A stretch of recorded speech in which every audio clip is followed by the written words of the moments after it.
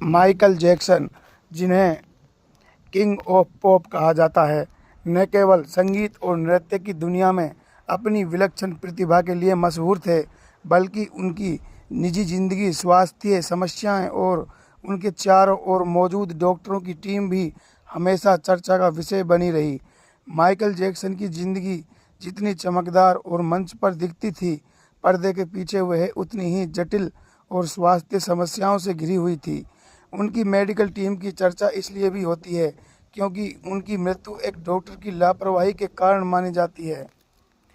Michael Jackson को कई वर्षों तक विभिन्न शारीरिक और मानसिक समस्याएं रही, जैसे विटिलिगो। यह एक त्वचा रोग था जिसमें त्वचा पर सफ़ेद धब्बे पड़ जाते हैं। लूपस, एक ऑटोइम्यून बीमारी जिसमें थकावट, सूजन और त्वचा की संवेदनशीलता बढ़ जाती है। पीठ और रीढ़ की समस्याएं। स्टेज पर अत्यधिक मेहनत और दुर्घटनाओं के कारण उन्हें पीठ दर्द और स्वाइपिन संबंधित परेशानियां थी। नींद की समस्या। उन्हें नींद नहीं आती थी, जिसके लिए वह शक्तिशाली दवाइयां लेते थे। इन सभी बीमारियों और उनके तनावपूर्ण कैरियर को देखते हुए माइकल जैक्सन के पास हमेशा डॉक्टरों की एक टीम तैनात रहती थी। माइकल जैक्सन के जीवन के विभिन्न समयों में उनके साथ अलग अलग प्रकार के डॉक्टर काम करते थे। उनके पास आमतौर पर निम्नलिखित विशेषज्ञों की एक टीम रहती थी। डॉक्टर अर्नोल्ड क्लेन लंबे समय तक उनके त्वचा रोग विशेषज्ञ रहे। उन्होंने ही जैक्सन के विटिलिगो का इलाज किया। Plastic surgeon.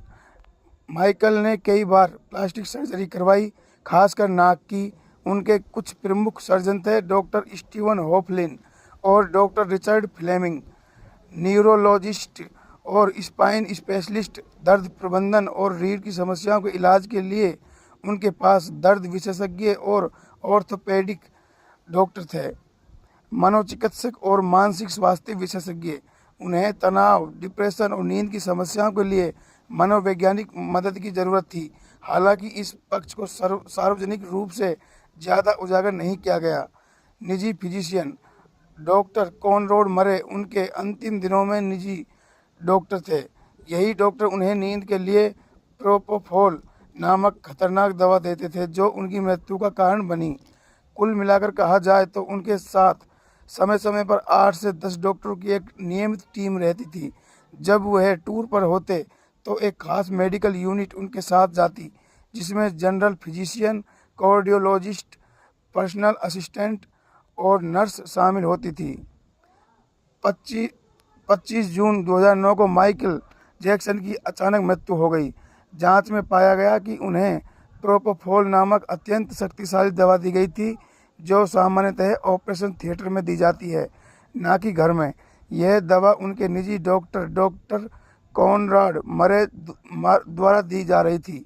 डॉक्टर मरे पर हत्या के आरोप लगे और उन्हें 2011 में गैर इरादतन हत्या का दोषी पाया गया।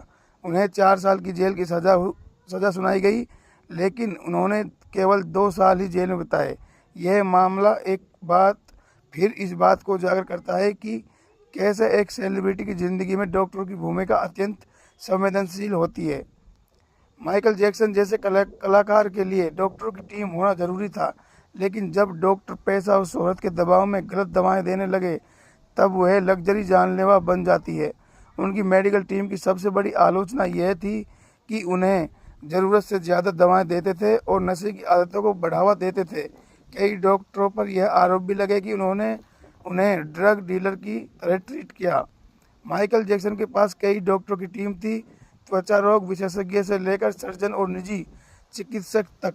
हालांकि यह टीम उनकी सेहत को बनाए रखने के लिए थी, लेकिन कुछ डॉक्टरों की लापरवाही और लालच ने उनकी ज़िंदगी को खतरे में डाल दिया।